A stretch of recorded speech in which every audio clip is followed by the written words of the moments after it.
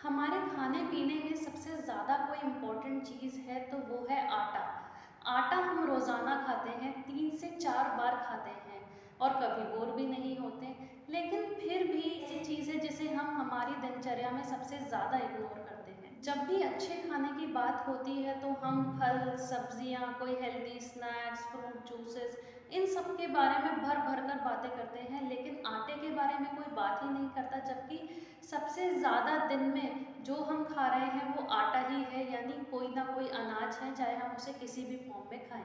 तो आज हम इस वीडियो में कुछ ऐसी चीज़ों के बारे में बात करने वाले हैं जो अगर आप अपने आटे में मिला देंगे तो आपका आटा और भी ज़्यादा न्यूट्रिशियस हो जाएगा और उसको खाने के बाद आप बहुत सारी बीमारियों से बच सकते हैं, ज़्यादा यंग रह सकते हैं और बुढ़ापे में गंभीर बीमारियां होने से रोक सकते हैं। नमस्कार दोस्तों, मैं हूं डाइटिशियन राशि अग्रवाल और आज आप सभी का मेरे चैनल पर स्वागत है। इस आटे को खाने के बाद आपका हार्ट, लिवर, किडनी, बोन्स सब अच्छे रहेंगे। आपकी पाचन प्रक्रिया जो है बहुत अच्छी, यानी आपका डाइजेशन सिस्टम जो है बहुत स्वस्थ रहेगा। यहाँ तक कि आपका मोटापा नहीं बढ़ेगा, डायबिटीज़ नहीं होगी और कोलेस्ट्रॉल भी कंट्रोल रहेगा। हम में से ज़्यादातर लोग गेहूं के आटे का ही इस्तेमाल करते हैं, पर एक ही तरीके का अनाज या फूड ग्रेन खाने से होता क्या है, क्या कभी आपने सोचा है?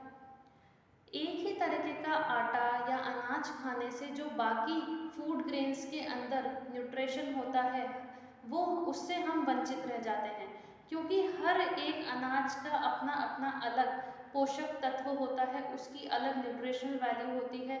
हर अनाज में अलग अलग गुण होते हैं जो हमें सिर्फ एक अनाज खाने के कारण नहीं मिल पाते। सिर्फ गेहूं का आटा खाने की वजह से लोगों में डायबिटीज़ जो है बढ़ती जा रही है, साथ ही मोटापा देखने को मिल रहा है और ग्लूटेन एलर्जी भी काफ़ी लोगों को हो रही है। अब आप सब बोलेंगे ये तो हम बचपन से ही खा रहे थे, हमें तो कुछ नहीं हुआ, अब अचानक क्या हो गया? और यही नहीं, हमारे दादी दादा नाना नानी उन्हें तो कुछ नहीं होता था।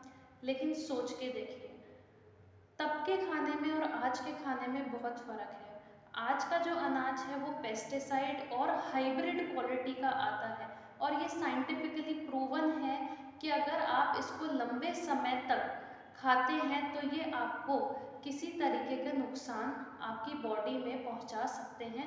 ऐसा नहीं है कि एकदम से हो जाते हैं, लेकिन ग्रेजुअली धीरे धीरे ये नुकसान पहुंचाता है अगर सिर्फ आप एक तरीके का अनाज खा रहे हैं तो।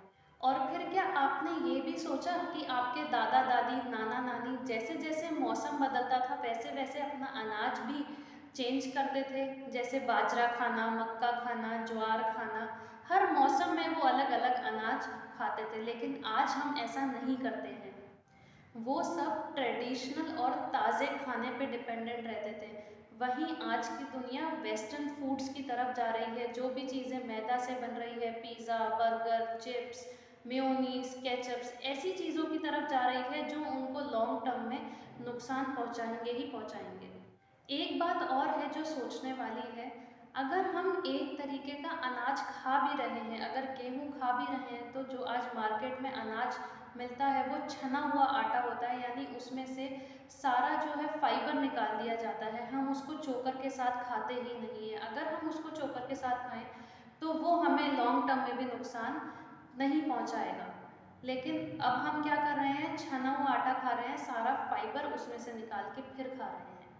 तो चलिए अब बात करते हैं आपको अपने आटे में क्या मिलाना है जिससे आपका आटा और भी न्यूट्रिशियस हो जाए और भी हेल्दी हो जाए। तो पहला है चना। चना जो है प्रोटीन का बहुत अच्छा सोर्स है, इसमें काफ़ी अच्छी मात्रा में आपको आयरन भी मिल जाता है। क्योंकि इसका फाइबर कंटेंट बहुत हाई होता है तो आपको कब्जी नहीं होगी, कॉन्स्टिपेशन नहीं होता। डायबिटीज़ और वेट लॉस के लिए भी बहुत अच्छा रहता है।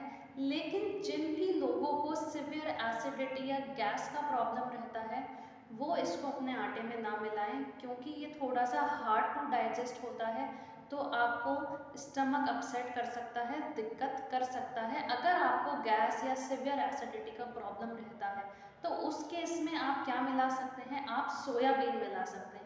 लेकिन सोयाबीन में जिन भी लोगों को पीसीओएस, पीसीओडी या थायराइड का इशू हो वो सोयाबीन ना मिलाएं। प्रोटीन का बहुत अच्छा सोर्स है। चना और सोयाबीन दोनों ही प्लांट बेस्ड सोर्सेज हैं, वीगन सोर्सेज हैं, लेकिन चना तो जिनको गैस ज़्यादा रहती है उनको नहीं मिलाना, सोयाबीन मिला सकते हैं। लेकिन अगर आपको थायराइड भी है, पीसीओएस या पीसीओडी भी है, तो सोयाबीन भी ना मिलाएं। तो अब आप क्या मिला सकते हैं, आप इसमें मूंग की दाल मिला सकते हैं। ग्रीन ग्राम दाल जो होती है वो लाइट भी है और प्रोटीन का अच्छा सोर्स भी है। दूसरा है रागी। रागी जो है लो कैलोरी अनाज है, इसीलिए आपको वेट लॉस में भी हेल्प करता है। साथ ही साथ फाइबर का कंटेंट बहुत अच्छा होता है, आपका डाइजेशन बहुत अच्छा रखेगा, कोलेस्ट्रॉल को भी कंट्रोल रखता है। और जो मेन प्रॉपर्टी इसकी है वो है कैल्शियम का बहुत अच्छा सोर्स है। ये एक ऐसा फूड ग्रेन है जिसका कैल्शियम कंटेंट बहुत अच्छा होता है। तो जिन भी लोगों को जोड़ों में दर्द रहता है, हड्डियों में परेशानी रहती है, ऑस्टियोपोरोसिस की शिकायत है, उनको रागी ज़रूर खाना चाहिए। साथ ही साथ वो फीमेल्स जिनको अब पीरियड्स नहीं आते, वो मीनोपॉज स्टेज में जा चुकी है, आफ्टर 50s की एज के अंदर है, उनको रागी ज़रूर खाना चाहिए ताकि उनको प्रॉपर अमाउंट में कैल्शियम मिल सके।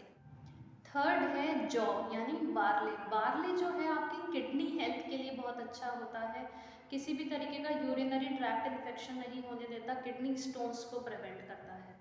फोर्थ है बाजरा। बाजरा जो है डिटॉक्सिफायर की तरह, यानी आपकी बॉडी को अंदर से बिल्कुल साफ कर देता है, क्लीन कर देता है।